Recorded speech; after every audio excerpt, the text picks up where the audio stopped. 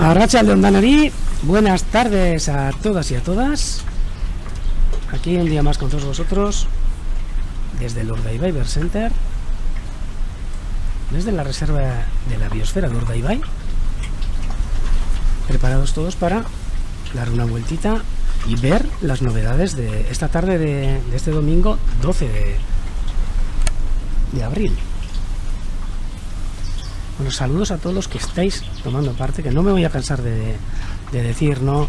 Pero bueno, Besarka de Ondibar, Santurtzi arte, hasta León, Iruña arte, hasta Pamplona, hasta Lucena, Albacete, Fuenlabrada, bueno, desde Madrid también, Boa tarde, hasta Llarís, Arratsaldeon Bilbo Tikere, hasta Terrassa, desde Santander, Beasain, Barcelonatik, bueno,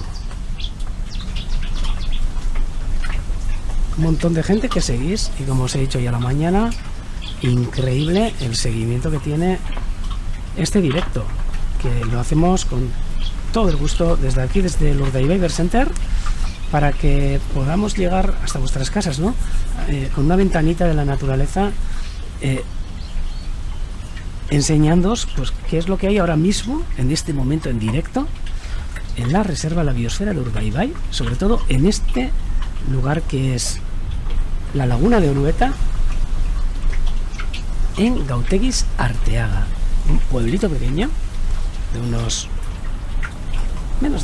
cerca de 900 habitantes, que está muy cerca de Guernica, a 5 kilómetros, camino a Lekeitio, y a unos 40 kilómetros de Bilbao, También saludos hasta Castro Rubiales, bueno, Bilbo Tikere, Getxotik, todos los, y me voy a dejar un montón, desde Asturias, también un fuerte abrazo.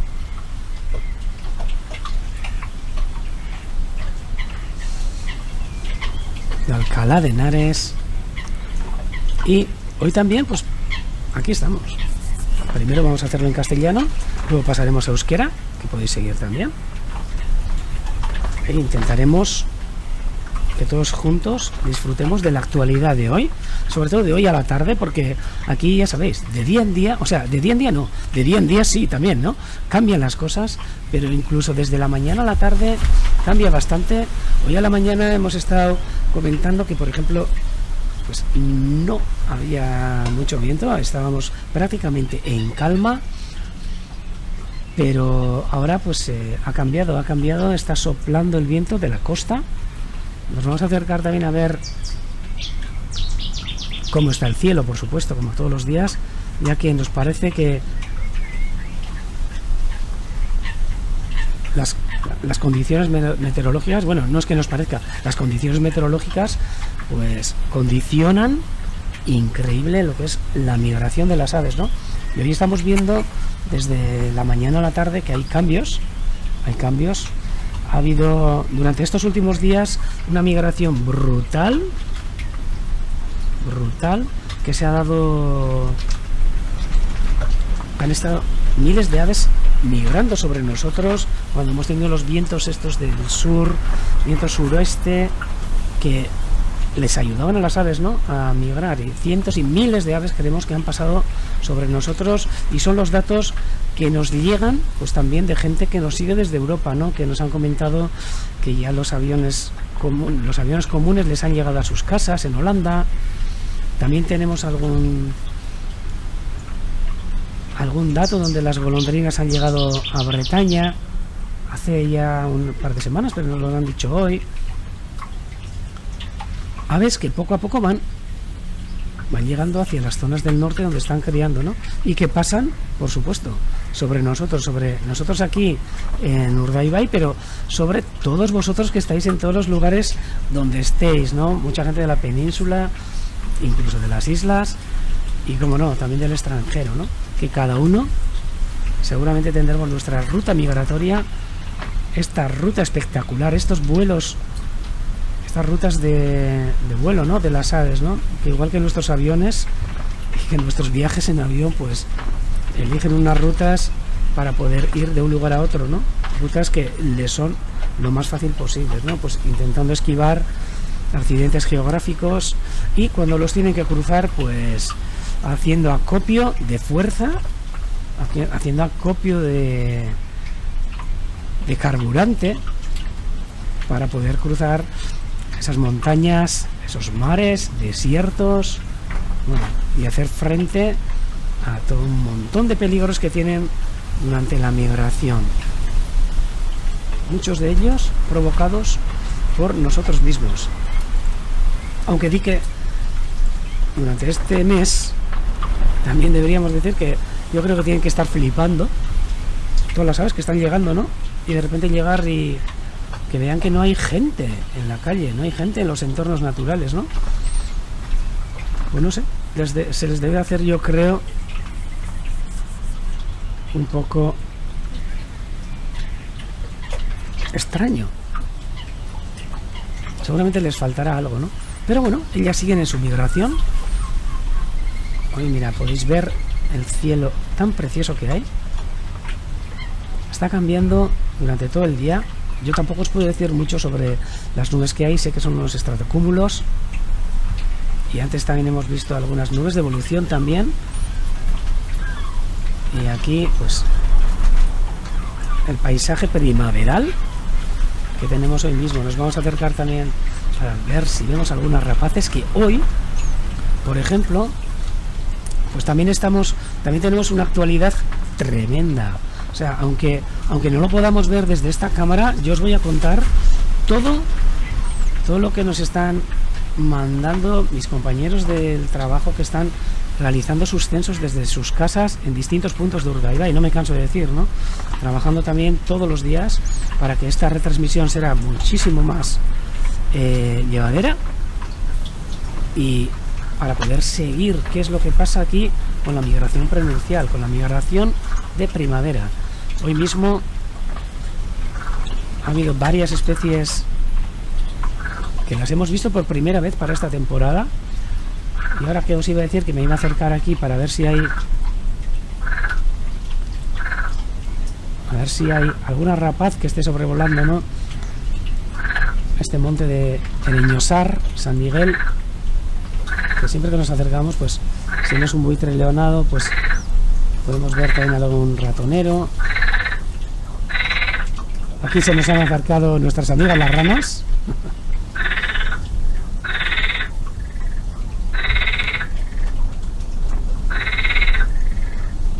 Voy a decirles que se callen un poquito.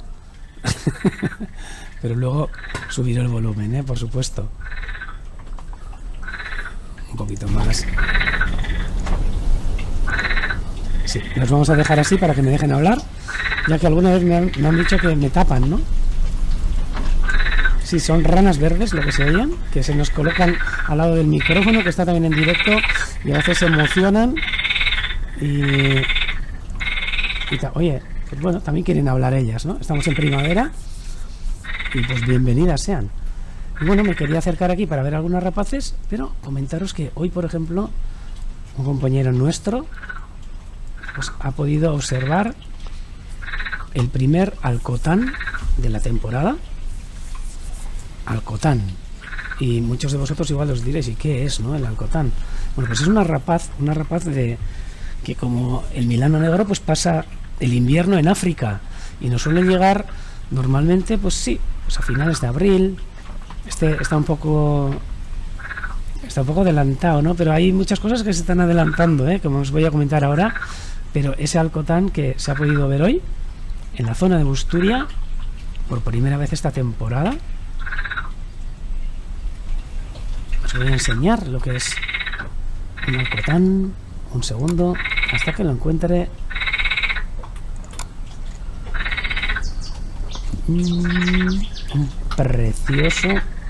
Una preciosa rapaz. Y a ver, parecida al halcón peregrino, pero no. A ver si podemos encontrar una foto que nos enseñe la preciosidad. Aquí mismo, ahora mismo os enseño de esta preciosa rapaz. Os voy a poner porque es una foto preciosa. Pequeña rapaz que sobre todo se alimenta muchas veces de insectos, de libélulas, pajarillos pequeños, paseriformes, y que tiene la parte ventral rojiza. Un ave preciosa. A ver, esta otra foto también, aquí le podéis ver. Pues, por ejemplo, hoy ha sido la primera vez por esta temporada, en esta migración prenupcial, que hemos podido ver a esta rapaz. Bueno, yo no la he visto, pero compañeros nuestros que están haciendo todo el seguimiento de al ave, de estas aves, que están llegándonos ahora muchas de ellas desde África, pues hoy por primera vez han podido ver el alcotán. Alcotán, en euskera, Zuhaitz belatza, hobby, en inglés. Y vamos a mirar también en catalán y galego. Que...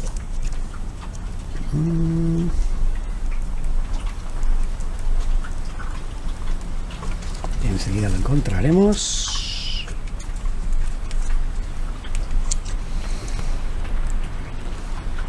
El falcó mostachut en catalán y el falcón pequeño en galego, el alcotán, que hoy mismo se ha visto por primera vez en esta temporada. Pero no ha sido el único. Ha habido también otras aves que se han dejado de ver hoy por primera vez, como puede ser, creo que habíamos tenido alguna noticia de ella algún día antes. Nos pregunta Melanie a ver si se queda este precioso falcónido, este alcotán, hasta finales de verano. Y sí, cría aquí, cría además en los árboles. Es por eso. Y cría además, es curioso porque suele criar también en los nidos de, sobre todo las cornejas, y usa nidos de algunas otras córvidos y demás, ¿no? El mostachut, sí, es el falcón mostachut, que tiene como los bigotes esos que le salen. Y también os comento que también se ha visto el reyezuelo listado. El reyezuelo listado se ve prácticamente todos los días, por lo menos se escucha. Y este pues se quedará ahora, criará por aquí. Hay algunos que seguirán más al norte, pero criará por esta zona y luego pues otra vez en invierno volverá a sus zonas de invernada de África, ¿no? Pues comentaros lo que estaba diciéndoos también, que también hemos podido ver hoy currucas zarceras, que también son unas currucas preciosas, sasi chimboa en euskera, que también se han acercado desde África. Es que es una vamos, o sea, estamos en unos días que todos los días pasa algo. La tallareta vulgar en catalán y la papucha común en galego. Esta preciosa ave de la familia de las currucas es una curruca que suele vivir los podemos observar en los setos y en los zarzales ahora mismo, ¿no? Y que cría también, no en gran número, por esta zona. Preciosa, que hoy ha podido ser avistada también por aquí, por Urdaibai, por lo que esta ave también ya está llegando desde África. Pero no es la única, porque también tenemos otra sorpresa de otra pequeña ave, que todo esto nos va llegando. Bueno, esta que veis en la mano, o sea, hoy se ha visto, estas son fotos que os enseño yo, que han sido tomadas en alguna jornada de anillamiento de la estación de anillamiento de aquí, de Urdaibai, del centro, donde estamos trabajando en el seguimiento de las aves, sobre todo también con la metodología del anillamiento. Nos comentan si es hembra esta esta curruca. Y bueno, puede ser probable porque el macho suele tener la cabeza más gris y sobre todo el obispillo, aunque tampoco se le ve aquí, ¿no? Pero probablemente. Tampoco pondría la mano en el fuego, ¿eh? Pero sí.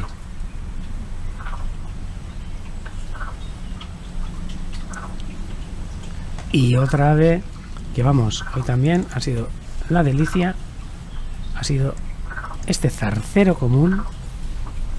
Bueno, este zarcero común que se ha visto.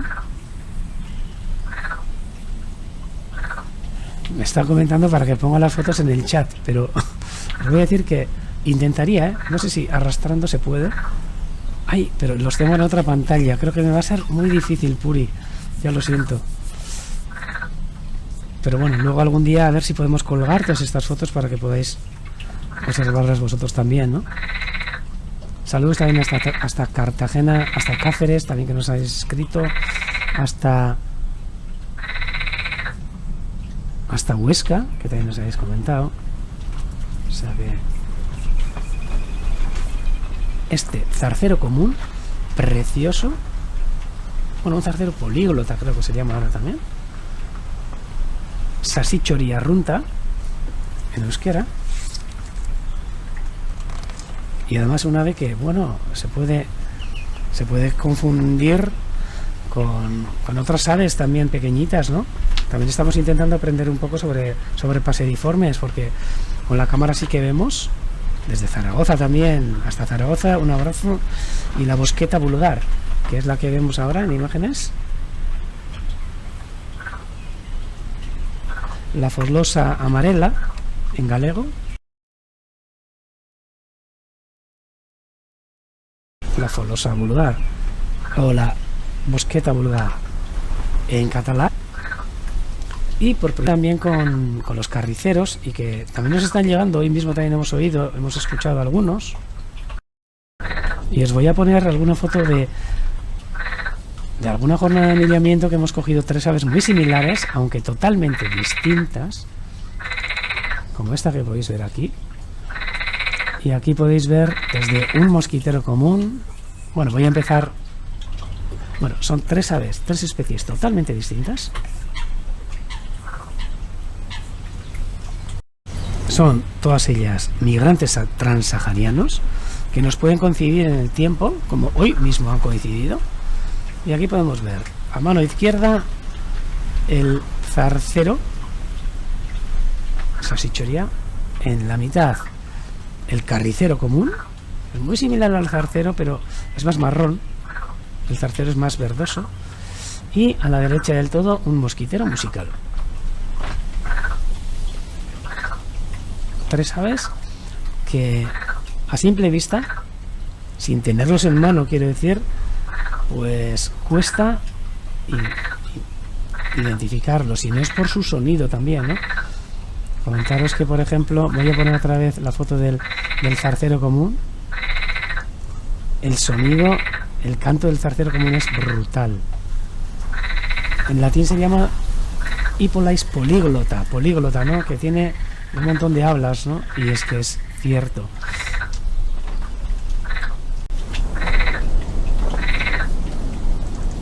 Os voy a poner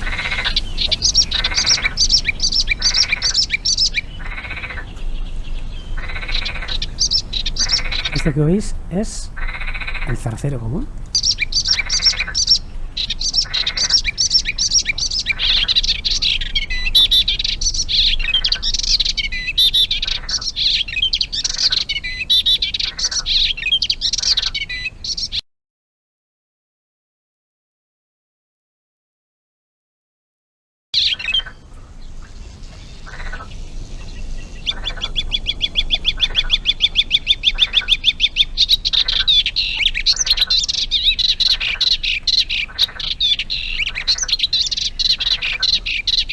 Como podéis escuchar, ese ha sido el reclamo que de aquí en adelante vamos a estar escuchando por esta zona. El reclamo del zarcero común. Y bueno, esto un poquito sobre la actualidad, ¿no? Sobre la actualidad de este día con las aves pequeñas, que siempre intentamos hacer un guiño también, ¿no? no vaya a ser que nos olvidemos de ellas, ¿no? Y hoy además os tengo preparado aquí, vamos a acercarnos ya hacia las aves que tenemos aquí en la laguna, con este viento que viene de la costa. Y aquí, mira, podemos ver dos tipos de limícolas. Está la cigüeñuela,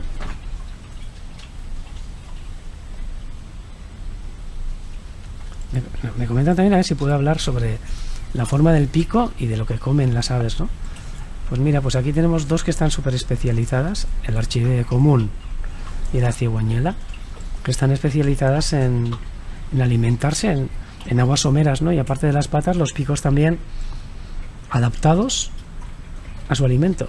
Por ejemplo, pues a los insectos que la cigüeñuela encuentra también encima del agua, en la superficie, incluso en los limos y donde anda, y el archidide común, que lo estamos siguiendo, con ese pico también adaptado a los limos para poder meterlo en las guaridas de los invertebrados que viven en esos lugares, ¿no?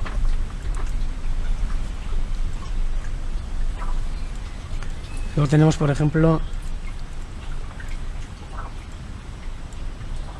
mira, también nos comentan aquí en euskera, landa zabalean chip chip egiten duen txori txiki bat ikusten duela egunero, eta bera egaldia be, ia zer izan daiteken, eta landa zabalean baldin bada, busturi inguruan guztu gainera, itxoria izan daiteko. Orantxe jarriko dizutea hori bada. Me están comentando en euskera, a ver, que estos días están viendo en una zona cercana aquí, en Busturia, unas aves, un ave por lo menos, que anda volando sobre la campiña y que hace mientras está volando, un chip, chip, chip, chip. Y creo que ya es lo que es. Y vamos a ponerle a Nagore un reclamo, a ver si nos puede decir si es lo que se oye. Nos comentan a ver si vemos al zarcero pálido. Puf, que va. Que va.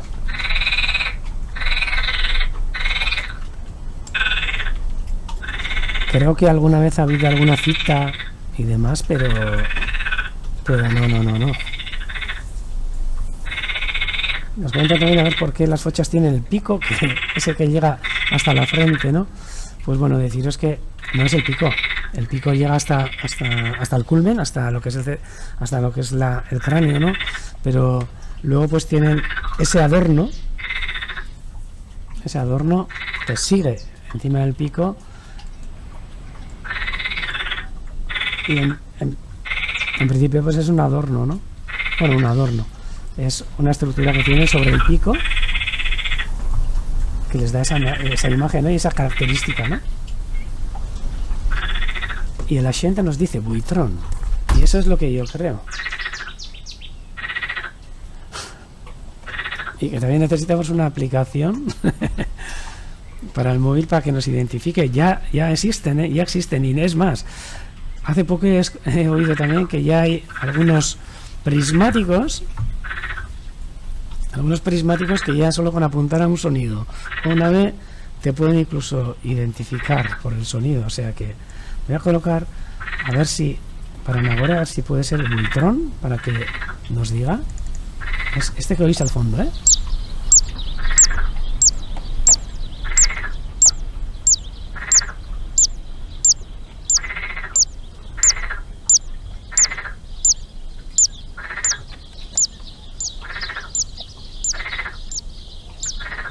Y también voy a poner la foto, a ver si es que encuentro alguno.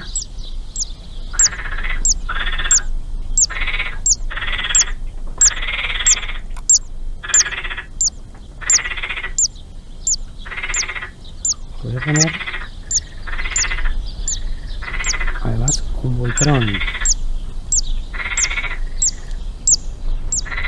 Os quería hablar otro día de este buitrón que hemos estado escuchando, que puede ser el que Nagore ve en esa zona. Y os quería enseñar una foto de un buitrón, una ave muy pequeña, y que los machos ahora en estos momentos van a empezar a ser increíbles. Os voy a enseñar, aquí está un macho de buitrón en el que en época nupcial se les pone toda la boca negra. O sea, se les convierte la boca negra. Unas imágenes chulísimas de un buitrón en una jornada de anillamiento. Este es un macho, por supuesto, con todo el interior de la boca negra.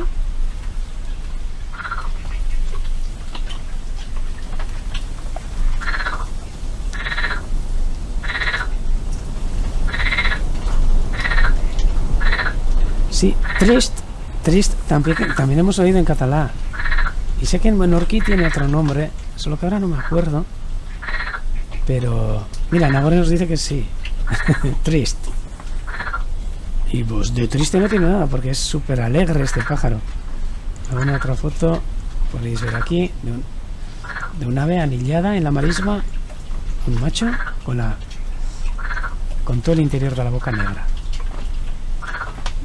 Una ave preciosa. Y bueno, y preguntas que, a ver, os voy a comentar también repiquetalons. A ver si aquí tenemos repiquetalons. Escribanos palustres. Sí que los tenemos sobre todo en invernada. Y es una pena, pero os puedo decir que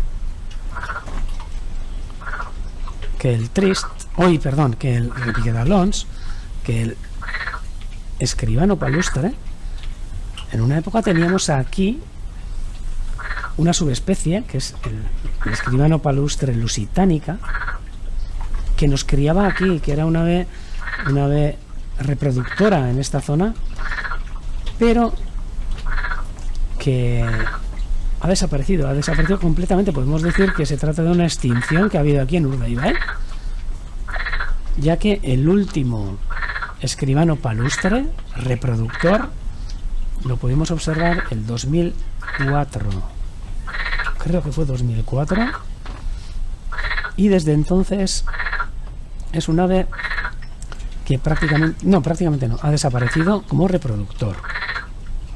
Y en Galicia tenéis todavía en vuestras rías y en vuestros humedales reproduciéndose, empezando desde Galicia hasta toda la zona de Portugal, en Aveiro, en esas zonas del Miño. Todavía seguís teniendo escribano palustre lusitánica, que es el reproductor, y precioso escribano palustre que nos mandáis a la foto.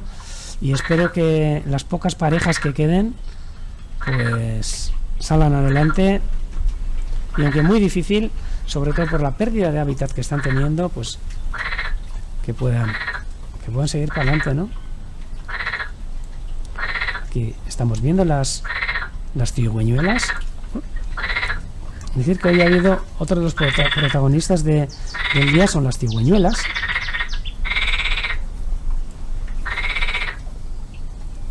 Aquí veis un grupito de cigüeñuelas,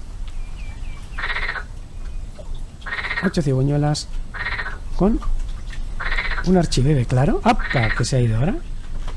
Felipe nos manda una foto preciosa de otro escribano palustre.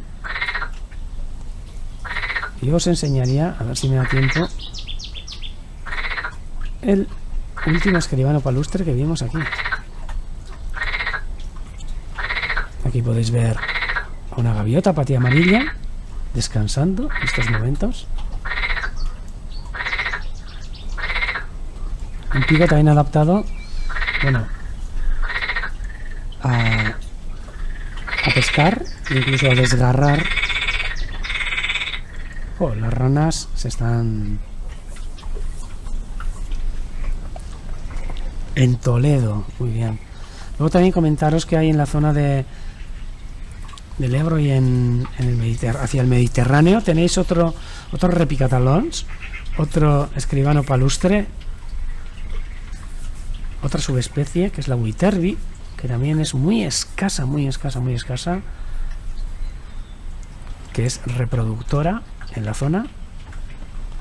Y viendo los picos, antes me comentabais sobre el pico, que hablar sobre el pico, pues nosotros lo que hemos observado ha sido que estos escribanos palustres, el lusitánica, tiene un pico no tan granívoro como puede ser el escribano palustre, el nominal, el europeo, el que viene a invernar. Tiene como como mucho más fino el pico y muchísimo más que el Witherby que he comentado ahora, ¿no? La escriventa de las cañaveiras.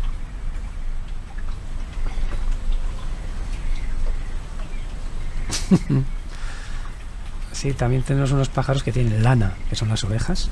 Y aquí podéis ver un andarríos grande, un bilurico, ay, creo que era alinegro en galego, una chivita en catalán y el Green Sandpiper en inglés, junto a unos archives claros, Green Shank, que se les escucha también de fondo, pues descansando, la gran mayoría. Estas aves que han venido del estuario a acercarse hasta nosotros ahora mismo.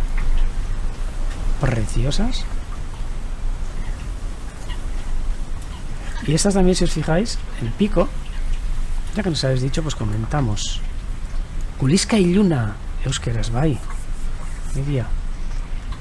Eta Kuliska zuria, Archive claro. Y este pico también está adaptado a esos limos donde suele buscar el alimento y en donde mete el pico pues para buscar los invertebrados de los que se alimenta, ¿no? Un pico además, como veis en la imagen que ha puesto Vicente, un poco inclinado hacia arriba, que es una característica de esta ave, ¿no? Que si nos acercamos al andarríos grande, pues puedes decir que es similar, pero las patas tiene más cortas, el pico más pequeño, más corto iba a decir, y recto, cosa que el archive claro pues no. El archive claro tiene un poco hacia arriba. Aquí podéis ver en el mismo plano un archive claro y un andarríos grande. Kuliska iluna eta Kuliska zuria. Veis que es más rochoncho el andarríos grande, que está a la izquierda. Carriceros tordales también nos comentan. Pues es otra especie que la podemos ver igual en migración, pero que también ha desaparecido como reproductor en Urdaibai. Es una pena. La gente muchas veces solemos pensar, ¿no?, en las extinciones, ¿no?, que son cosas que pasan, pues bueno, sí, en el Amazonas y en las selvas forestales, por ahí, en las selvas de por ahí, ¿no?, del trópico, ¿no?, en las selvas. Pero no, es una cosa que está pasando. Uy, aquí algo les está perturbando. Puede ser algún lagunero o algo que se acerque. Bueno, no. Pero que bueno, que es lo de las extinciones, cosa que pasa al lado de casa. Al lado de casa. Por ejemplo, el carricero tordal es otra especie que ha desaparecido prácticamente de la reserva de la biosfera de Urdaibai. Antes criaba en algunos meandros de la ría y demás, pero en pocos años, también desde prácticamente pues 2005, 2006, no hemos visto otra vez como reproductor. Exactamente igual que el carricero, perdón, el escribano palustre. Y aquí Richard nos está enseñando una foto que, a ver, quiero verla, que no me parece un escribano palustre, me parece un escribano pigmeo. No sé, a ver si Richard nos lo confirma, pero viéndolo así en mano, puede ser un escribano palustre, pero porque es una pena que no lo puedo aumentar más, pero tiene pinta de escribano palustre. Y Felipe también nos comenta a ver si tenemos al carricerín real, que va. Aquí no está el carricerín real. Yo el primer día que vi uno me dio un subidón increíble, que fue en el delta del Ebro, y un precioso carricerín real. Aquí tenemos los carricerines comunes, tenemos también el carricerín cejudo, pero solo en migración, y tampoco en grandes números. Siempre todos los años pues observamos alguno. Es escribano palustre. Gracias, Richard. No sé por qué me había parecido un pigmeo. Ya que aquí también,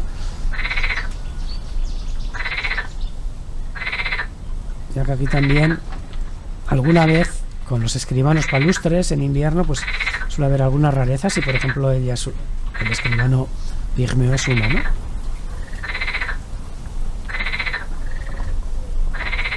Uy, que se me va. Aquí podemos ver las cercetas. Además se ha metido ahora mismo el viento desde la brisa esa que llamamos, ¿no? Desde el mar.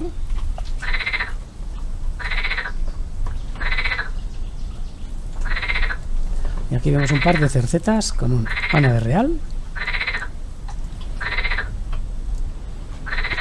Y vamos a saltar al islote de las espátulas. ¡Hombre! Que ahora van a hacer el honor de estar con nosotros, como todos los días, estas preciosas espátulas, que durante todo el día han estado en el estuario exterior y ahora nos aparecen aquí. Nos comentan a ver si también se ha observado alguna nutria. Por ahora no, y sabemos que están bien cerca, ¿eh? Pero hasta hoy en día, desde luego, no se ha visto una nutria que sepamos. Antes, hace unos años, teníamos el bisón europeo entre nosotros, pero poco a poco el bisón americano pues lo ha ido desplazando. Bueno, poco a poco no, de repente lo desplazó, y de poder estar contemplando bisones europeos aquí, pues desaparecieron casi por completo. Y ahora, pues aparte de unos proyectos que se están haciendo de descaste para quitar del entorno natural a los bisones americanos y potenciar el bisón europeo, pues hace mucho que no lo hemos visto. Y nutrias, jo, es una pena, pero todavía no han entrado. Y a ver cuántas pescadoras hay. Pues en este momento sabemos que una fijo, pero tampoco sabemos si hay dos, porque esta mañana tampoco hemos visto la que suele dormir en el interior, por lo que no os podría decir. Aquí podemos ver estas preciosas espátulas, y en un momento os voy a pasar a la cámara del comedero, donde hay un ambiente chulísimo, donde están un par de estorninos negros con unos pinzones, ahora mismo un carbonero, un gorrión también ahí en la esquina, pero bueno, ha habido herrerillo, bueno, ha habido una juerga terrible. Ahí viene el carbonero, ahí podéis ver también al pinzón vulgar, un macho precioso en la bandeja, el estornino negro comiendo cacahuetes,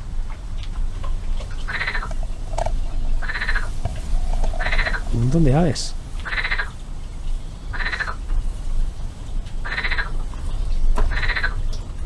También pequeñas que se acercan hasta nosotros, ¿no?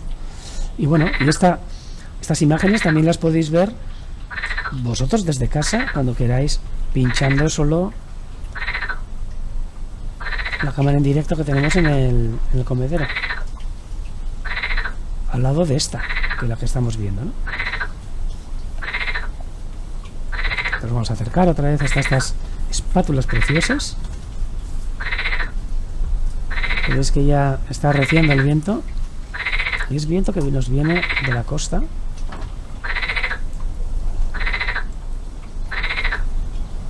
La costa que está a nada, a 5 kilómetros.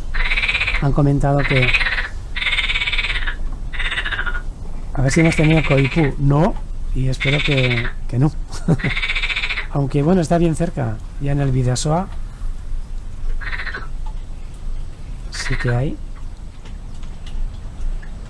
Y nos vamos a acercar ya enseguida para pasar a la retransmisión en euskera, a ver a estos cormoranes también que están aguantando el viento, un poco más horizontales que de costumbre, siempre en la punta de las ramas.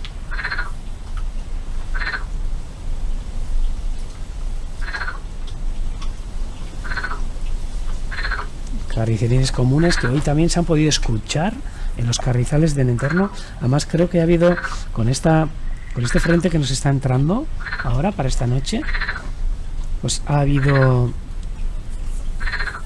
bastante sedimentación, o por lo menos han parado muchos carnicerines comunes en su viaje hacia el norte en estos carrizales.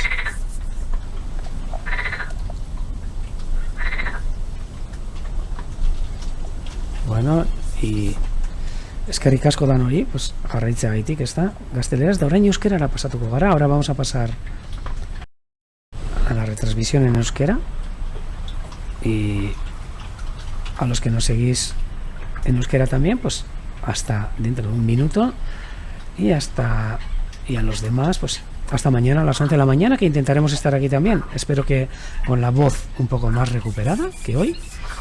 Eta fins demà a tot Cataluña. Hasta mañana. También a los que nos vayáis a dejar ahora, pero que estáis invitados a seguir, Os voy a dejar con imágenes del centro antes de pasar a la presentación, al recorrido en euskera.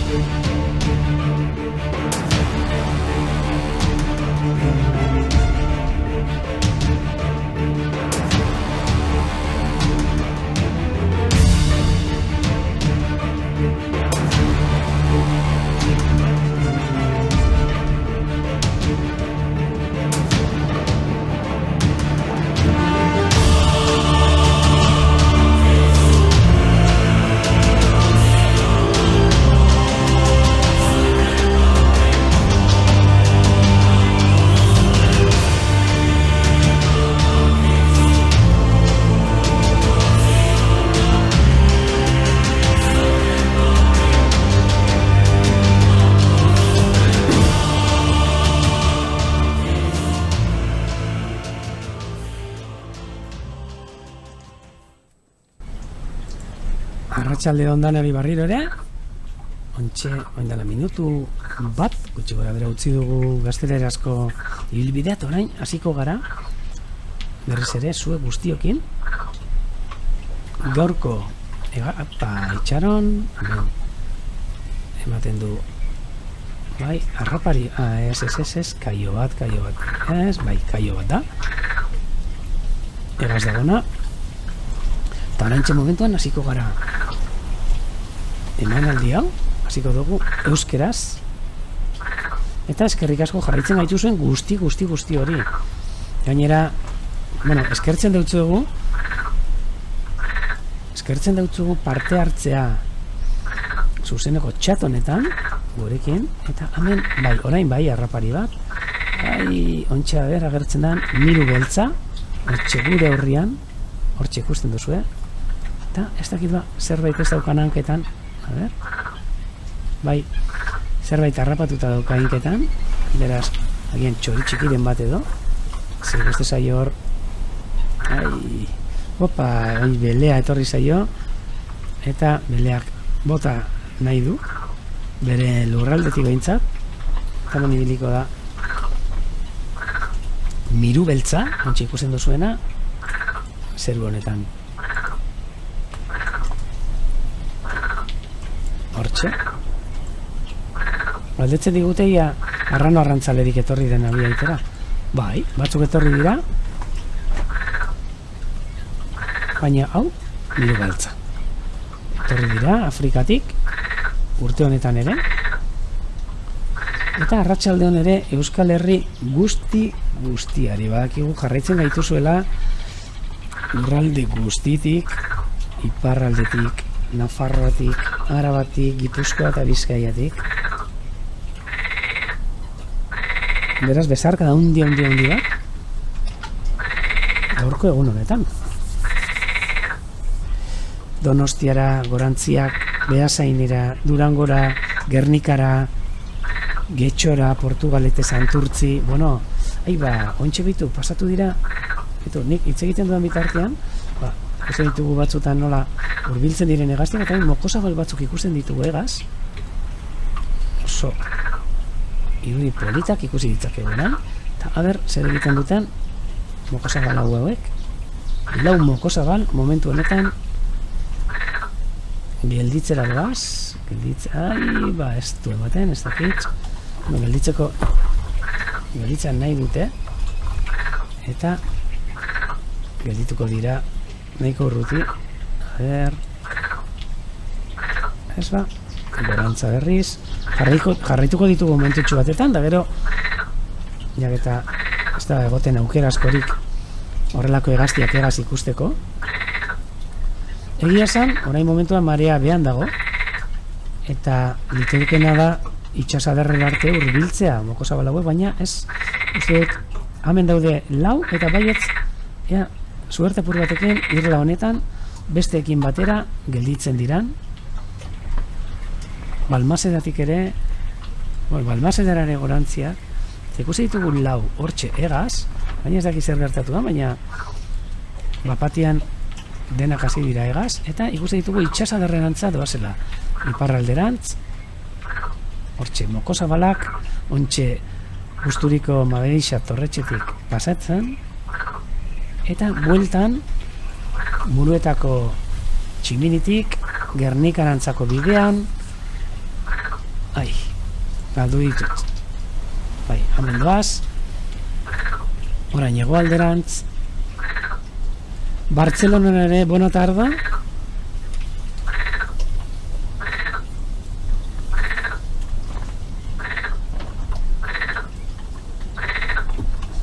Eta hemen ikusi ditugu horre biltzala gelditu nahian, baina dagoena iziarekin eta bastakipa. Ikusten dituzu ezelako urrun mugitu aldiran.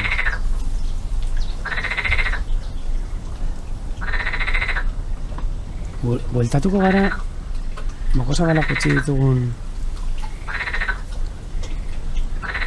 irlara, eta hortxe jarraitzen dute, eta berriz ere bueltan etortzen diran, baina hemen gelditu dira bereitariko 4 mokosabalen uhartetxo honetan.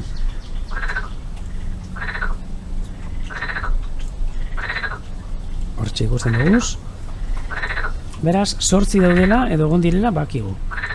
Hemen 4, eta beste 4 egaz joan direna.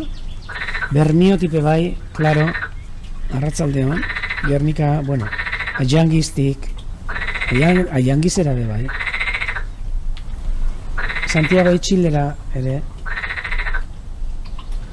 nola ez, El Salvadorera, Kolombiara ere, ondik ere jarraitzen gaituzte, eta Txinatik ere badakit jarraitzen gaituztela, Bretañatik ere, hainbat eta hainbat lekutatik. Lehen goizean esan dizuet, zorionak dan hori, eta eskerrik asko, ze ikusi dugu oso harrera ona izan duela zuzenean ematen ona izan dutela zuzenean ematen ditugun emanaldi hauek, eta itxialdian darogunetik dagoeneko janik esango nuke atzo 75.000 pertsona desberdinek edo familia desberdinek bat egin du egun hauetan gurekin, eta janik uste dut 70.000 ere iritsi garela, ze gaur ere jende asko eta asko izan zarete sartzen zabiltzatenak zuzeneko honetan, guretzako ohore itzela. Komentatzen didate ere, ea horrelako talde txikietan migratzen duten mokozabalak, eta batzutan bai, batzutan talde txikiak izaten dira, beste batzutan ehundakakoak ere. Baina, orain momentuan, lau ikuste ditugu eta lau ibili dira aurrera tatzera. Hegazti bakoitza gainera mundu bat da, ezta? Bueno, eta gaur komentatu behar dutzuet, gazteleraz ere esan dut eta, hurbilduko naiz Leskadira, ze Leskadi inguruan ibiltzen diren hegaztiek buruz komentatuko dizuet. Gaur izan dugula oso egun bitxia eta baita ere sorpresas betea. Gaur badira hegazti batzuk sasoi honetan lehenengoz ikusi dituguna.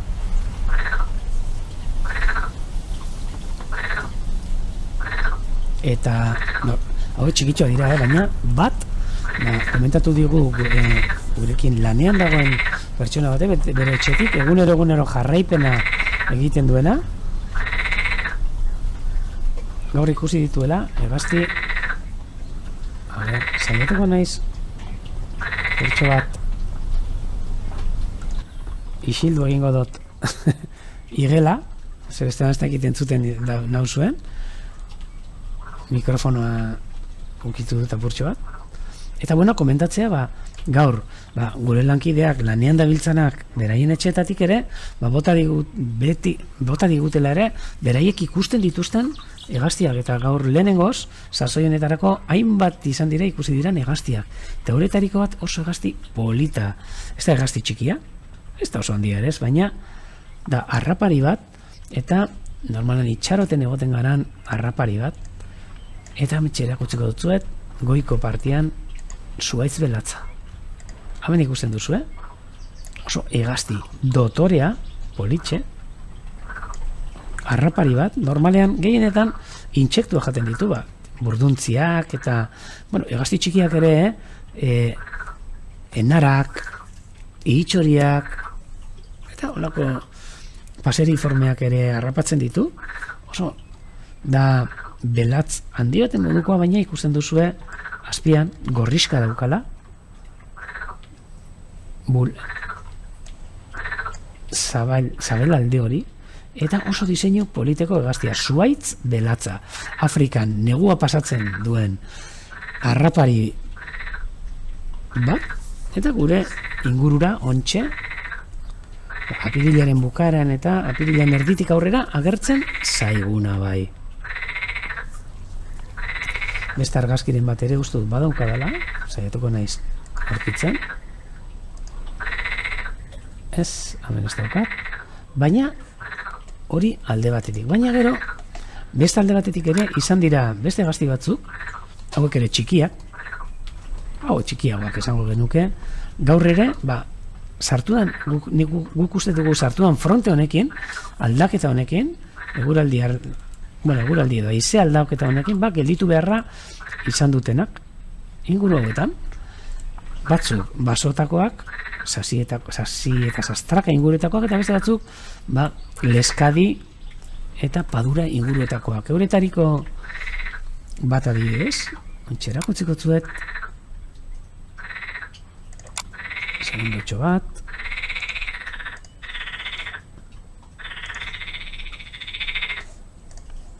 euretariko bat,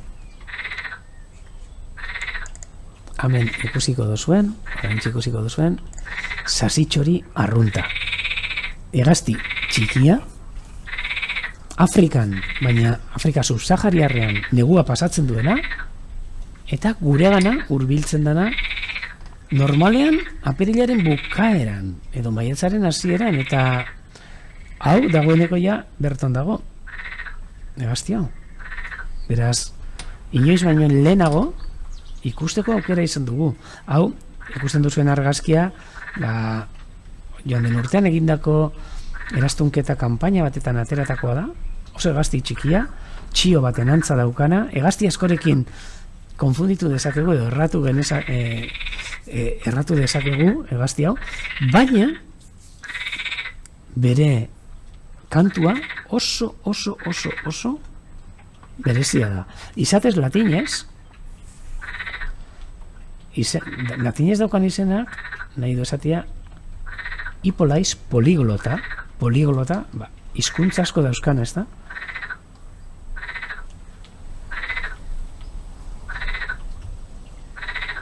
Eta hizkuntza asko entzun zenbat zelako errepertorioa daukan hegazti txiki eta politone gure inguruko sasitzetan eta horrako esietan, esi bizietan entzun genezakena.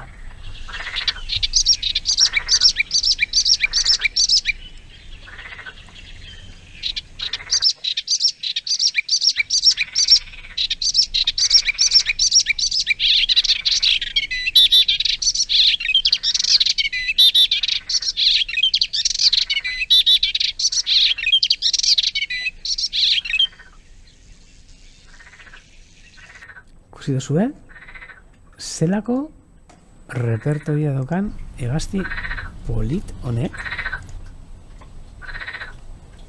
Eta gaur lehenengoz, sasoi honetarako, hemen inguruan, ikustea posible izan duguna. Egia esan dizuet, nola erratu dezakegun hainbat espezierekin, eta hemen erakutsiko dizuet argazki bat, hiru hegazti oso antzerakoak, eraztuntzeko egun batetan harrapatuta, eta eskerretik eskubira esango dizuet hemen sasitxoria, paparra nahiko liska daukana, berde koloreko, berdezka, moko lodia, gainera, nahiko potoloa, mokoa. Bere lenguzu bat, leskari arrunta, baina hau ikusten duzue, marroizkagoa dela, eta koloreetan bai, baina zerikusirik ez daukan txioria. Mokoa finagoa, baina kolorea antzerakoa, eta bitu, hemen daude, hirurak, eta eskuetan eukitzeko, eta, aldugu identifikatu, baina urrunetik identifikatzeko oso zailak diran hegaztiak, hauek. Kantuarekin bai, ez daukate zerikusirik, entzun berriro sasitxoria,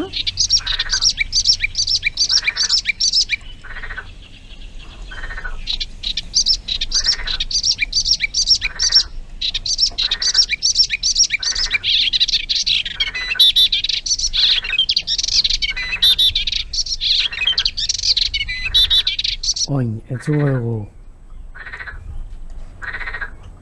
leskari arrunta, gaur ere entzuten egon gara gainera. A ber, aukitzen dueran. Ointxe entzungo dugu.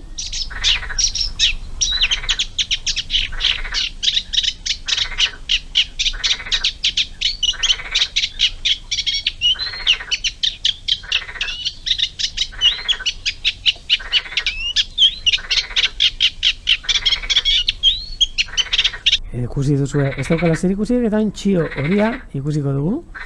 Zelako soinu daukan.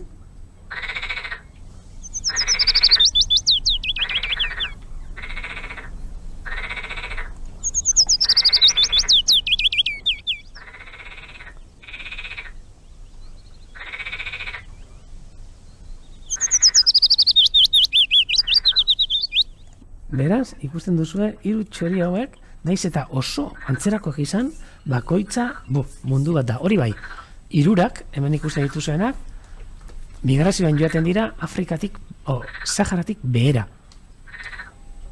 Eta, berbetan gabiz, 7-8tik 10-11 gramotako hegaztietara. Pentsa, zelako bidaiak egiten dituzten. Hau adibidez, sasitxoria, eta hau adibidez txio horia. Ikusten duzue zer nolako zer nolako desberdintasuna. Sasitxoria eta txioria. Sasitxoria, txioria. Berdinak ematu dute, baina ez daukate zer ikusirik. Ez da bizi diren habitatean, ez da bere soinuan, ez da bere ugaltzen diren lekuetan, adibidez txioria Europa iparraldean eta sasitxoria hemen ere ugaltzen da, eta ez da askoz ere iparrerantzako joaten. Adibidez, Ingalaterran eta ez dute ezagutzen hegazti hau. Ez baitute abiarik egiten handik. Oso hegoaldeko hegaztia da. Eta, bueno, eta hiruren arteko diferentzia ikusteko, goitik ere, asko kostatzen dana. Ikusten dugu, sasitxoria amentxe, eskerrian, leskaria eta txioa. Zer ikusirik ez daukatenak, baina guretzako eta jente askorentzako txori marroien artean sartzen ditugun hegaztiak. Txori txiki marroiak. Beraz, hau gaurko guk ikusitako laguntxo berri batzuk. Jarraituko dugu hemendik, a ber, alrebes emango dugu buelta.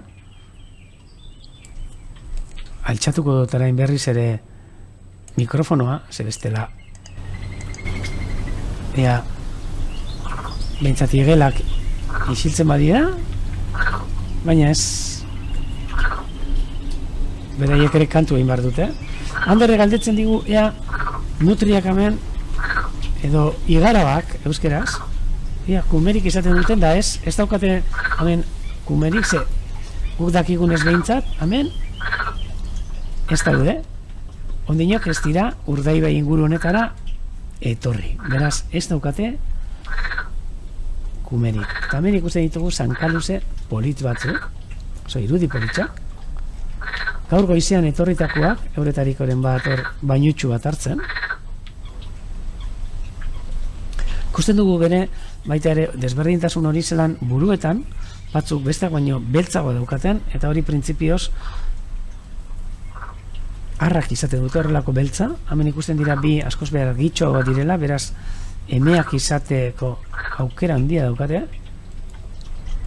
Bi eme eta 3 ar esango genuke, bi helduak behintzat, eta bat ondinok lumaje marroizkagoagaz, lehenengo urteko bat izango dira, bi hauek, ikusten dituzue, benetan politak diran, linikolak, gaur bertan, gaur goizean, gure ingurura hurbildu diranak. Horatzean ere, entzuten da horre igelak usten dutenean, txinbo kaskabeltza ere kantari,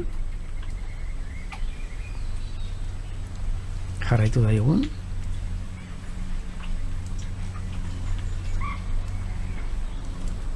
Hemen kopeta zuria,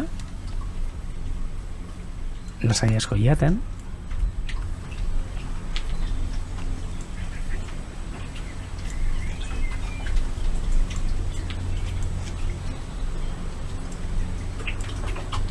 Hemen ikusten ditugu hainbat eta bitu. Ez da txilinporta espada, hurbilduko gara. Ez kopeta zuria da.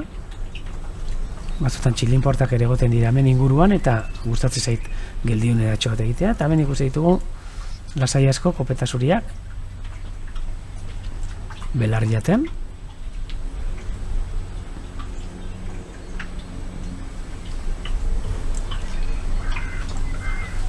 Ui, zerbaiteke ikaratu ditu.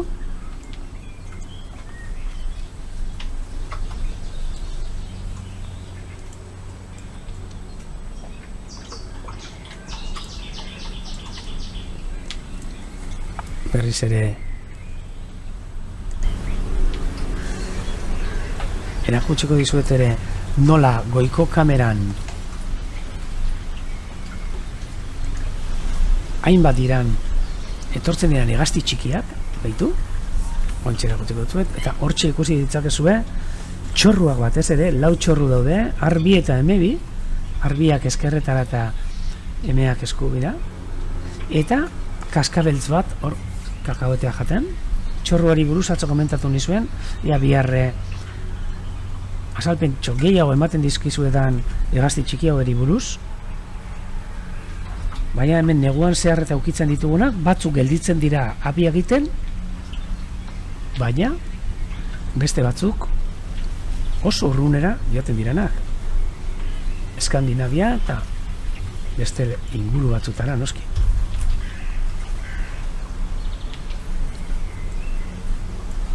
Hor ikusten duzu ez, zelako juerga polita dara maten. Ontxe hor jalekuan.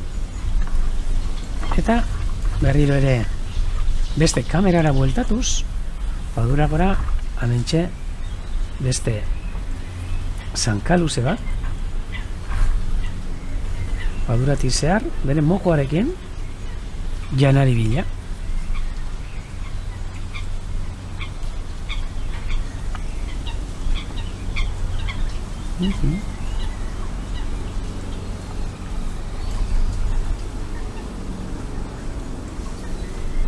Jarraituko dugu. Hor norbait belarra gaitzen badago. Tamen, urbildu gaitxesan. Betiko modu, behitu. Hemen limikola bat. Kuliska txikia. Andarrios txiko. Gazteleraz, biluriko bailon. Galegos eta xibitona. Katalanez. Hortxe, ikuste zaio. Egotik gora sartze zaion marka zuri hori.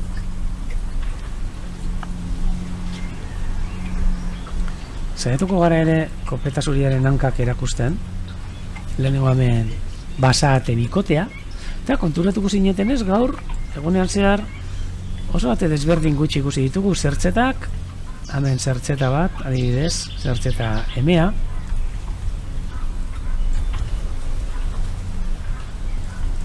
Kanari bila hor, belar artean. Zertzetak eta basateak eta gero murgilariak, baina dagoeneko ate bustan luzeak. Apa! Beitu, amen. Lehen goizean ere ikusi dut eta beitu, berba egitearren. Falta zaizkigunak ate moko zabala dira. Amen. Gurekin orain arte bintzat egunero dagoen ate bustal luzea. Arra? Aurkitzen dugun ate txistularia, ze abe normalean gure artean egoten da, ez zagiz erraiti, baina gurekin gelditu da. Jarraituko dugu irlatxo honetatik gertu ikusteko aukera daukagun beste gaztiren bat. Hurbilduko gara basatera, noski.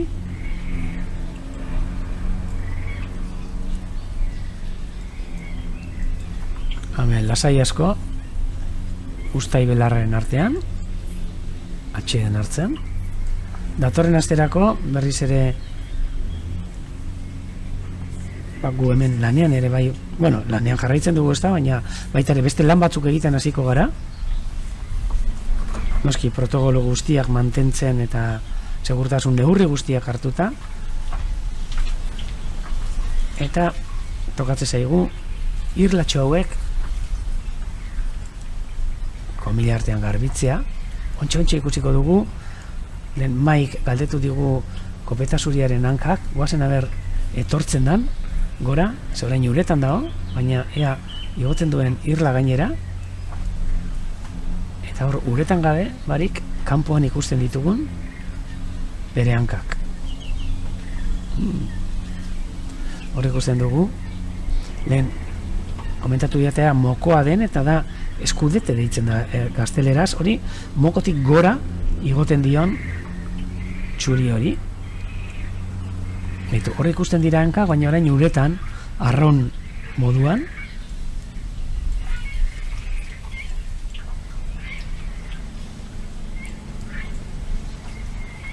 Lertxunak entzuten dira atzetik, ikusteko aukera daukagun, beste bat. Okil berdia ere, eta hemen kopeta zuria jan da jan, belarra jan da jan. Hurbilduko gara detailan ikustera. Opa, hankak ikusteko aukera pur bat daukagu hor igerian, baina beste bat etorri zaio eta badespada iesian.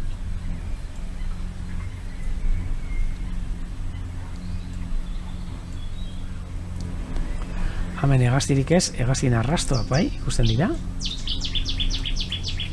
Ui, eta hau. hau ez dakiz zer dan. Ez. Bitza. Aizea gataratakoa. Eta aspalditik irla honetan, badira ja bi hilabete edo gehiago, ubarroi baten arrastoak, lumak eta zur batzuk berton hiltzan, ez dakigu, eta hortxe jarraitzen du. Hurbilduko gara ubarroiak eta ikustera.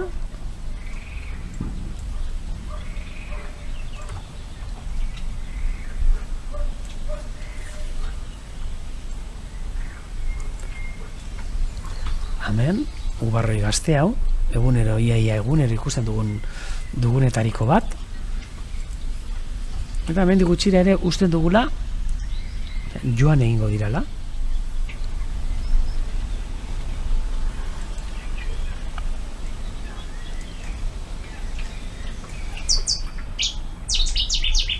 Gure atzean ere mikrofonoan entzuten dan errekatxindorra, beste ubarroia.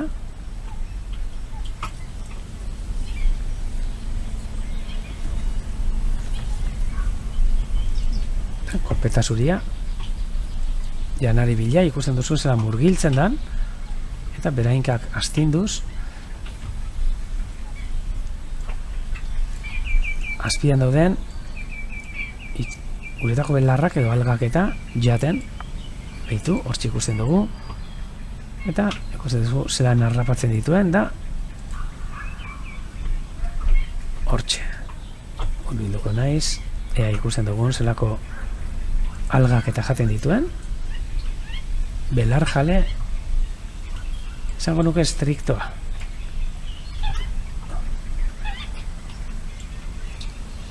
Kopeta zuri polit bat.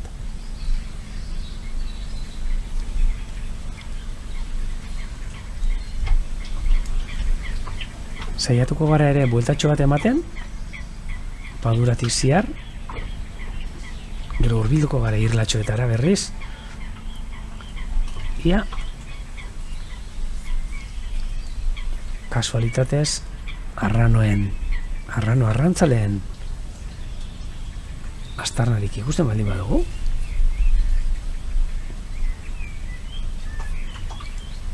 Eta hemen sarritan, ona eskar etortzen askotan, ze urruti egoten dira gaztiak, baina hemen kopeta zuriak ikusten dira hor fondoan.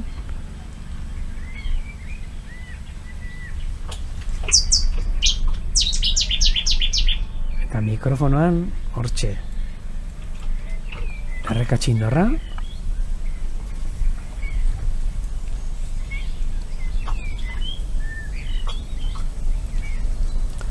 Landazabalian arrano ikusteko aukera dagoen.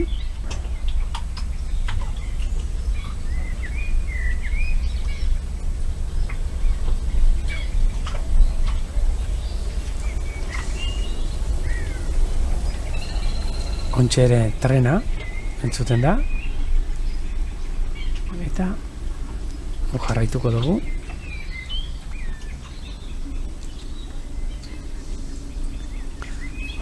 Hitzatan edo itxosatan dauden pausalekuetan zerbait ikusten dugun. Hemen kaio bat, gu jarritako abia batetan, arranoantzako jarritako abia batetan,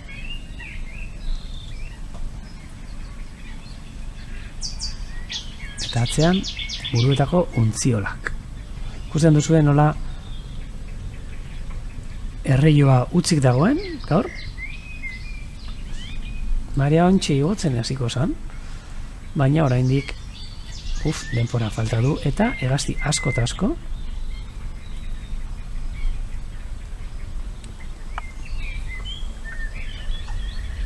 padurako kanpoan edo itxasadarraren kanpoko aldean. Baina alata guztiz ere batzuk badaude hemendik.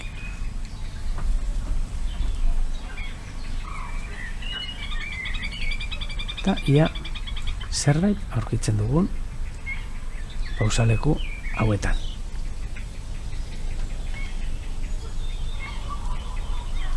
Hemen aritzonen atzean ere beste abia bat eta hortxe bapez. Eta entzuten ditugu kuliska ilunak, ontxe. Kuliska txikiak. Baina hori kuliska ilunak izan dira. Hemen komentatzen didate, Amaiak, trenean joan alden eta gero Urdaibai bertenterra, eta komentatuko dizut egola oso ibilbide polita, jendeak sarritan egiten dugu, hemen ikusi zerbait, ez. Jendeak sarritan egiten duena da, hemen daukagu trena, Bilbotik Bermeora artekoa, tren hori hartzen du, eta Gernikan edo bestela Forun estazioan gelditzen da, eta bai batetik eta bai bestetik, ibilbide bat dago Padura guztia zeharkatzen duena, ibilbide benetan polita, lasaia, ordu erditxo bat, eta trenak uste zaituzte geltokian bertan, bai Forun edo bai Gernikan, eta oinez etortzeko aukera bikaina, eta bidean ere disfrutatzeko. Beraz, nik aholkatzen dutzuet, etortzen bazarete ere, ja itxialdi hau amaitzen denean, tren hartu, bakarrik tren hartuta ere, bueno, paisaiarekin disfrutatuko zuena izugarria da. Gernikatik Bermeorako trenak eskaintzen duen paisajea, leku gutxitan ikusten dana. Torri gara ona ere, ikustera ea pausaleko hauetan arranoa ikusteko aukera dagoen, baina apes, beraz, bueltatu gaitezan Padurara eta Zozoen kanten artean jarraituko dugu, ea zerbait berririk agertzen dan ikusten. Eta zuek, baldin badaukazuek galderak edo, bota, lasai asko.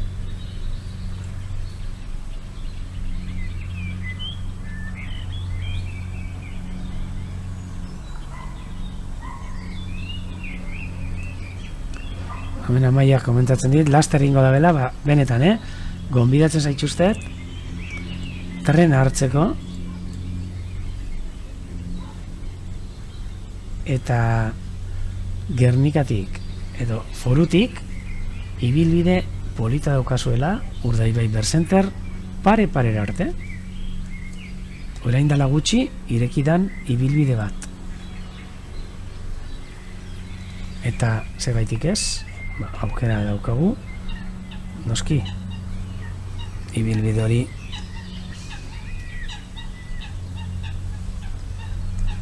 erakusteko.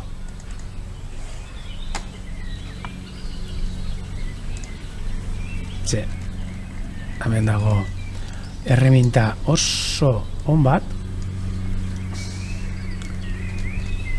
Google Earth deitzen dana, Googleeko erreminta bat, eta honekin, hementxe goian, erakutsiko dutzuet, nola etorri daitekeen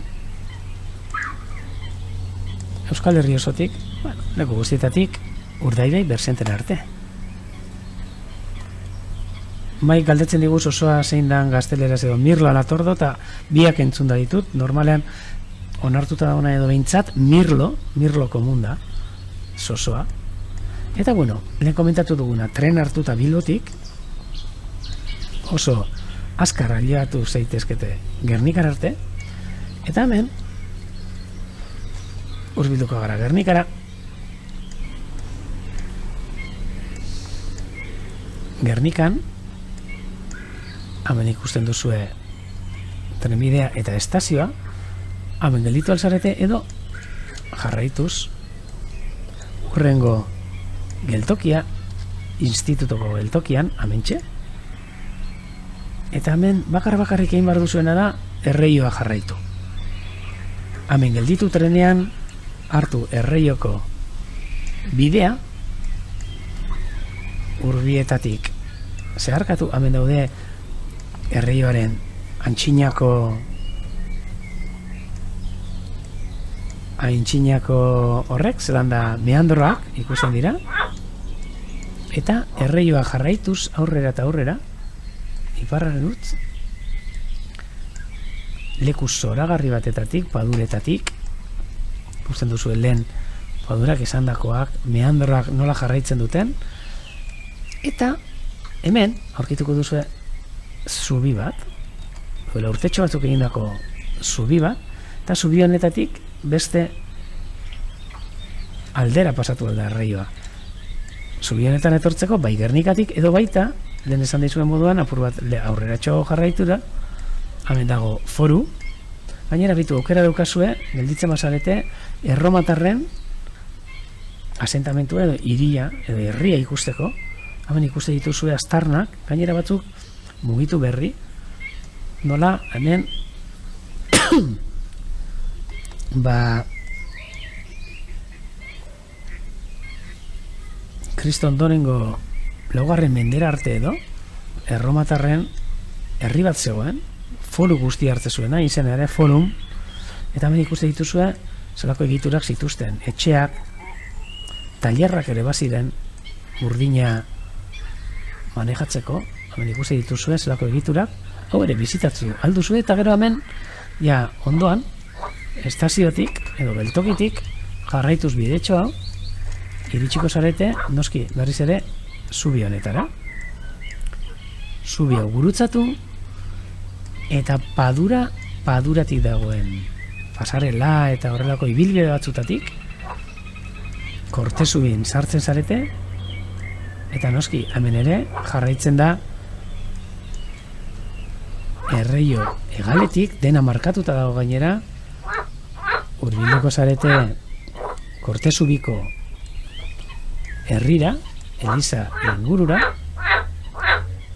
eta naiz eta hemen esten ikusten, orain hemendik Eliza honetatik, nire eskua hau doan lekutik, txak, ona pasatzen da, eta hemendik herri honen hegaletik berton agertzen zarete Katxitxone izeneko baserrian, hauxe da, Katxitxone, eta Katxitxonetik ezer, hemen Urdaibai berzenterra pare geldituko zaizue. Beraz, amaitzen danean, bakizue,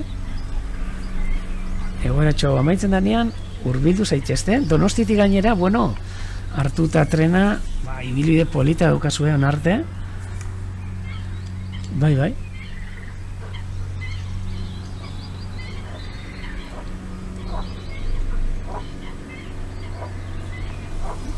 Eta hemen egin dezakezuen bidea. Noski, tren horrek hemen guztitik jarraitzen du, padurak zeharkatuz, gainera paduretatik oso bertu, ze hemen behitu, Aspe inguruan Busturian, hemen dauzkazue padurak eta trenbidean nondik doan, beraz, horrek ematen dituen biztak eta, bueno, izugarriak dira, izugarri politak. Beraz, badakizue, ez daukazue itzakirik, bertora hurbiltzeko. Eta bueno, ja, eta hemen agertu zaigu ere, orantxe, egunean ziar eta atzodanik ikusten ari garan, Egabera. Batzu komentatu diate Egabera bi ikusi dituztela, nik behitzat bat bakarrik ikusi dut. Baina, bueno, hemen dago jende asko jarraitzen duela zuzenekoarekin. Eta, Dios, eta orain hasi zaigu berriz ere igela, kantari, eta Egabera honekin nik gero arte ere esango dizuet, edo bihar arte, Egabera eta Sankaluze honen irudiekin. Bihar ere, zenbat gauza ikusteko aukera daukagun Urdaibaiko txoko honetatik. Beraz, arratsaldeon bat izan dano, bihar ere Euskal Herrian behintzat jaieguna,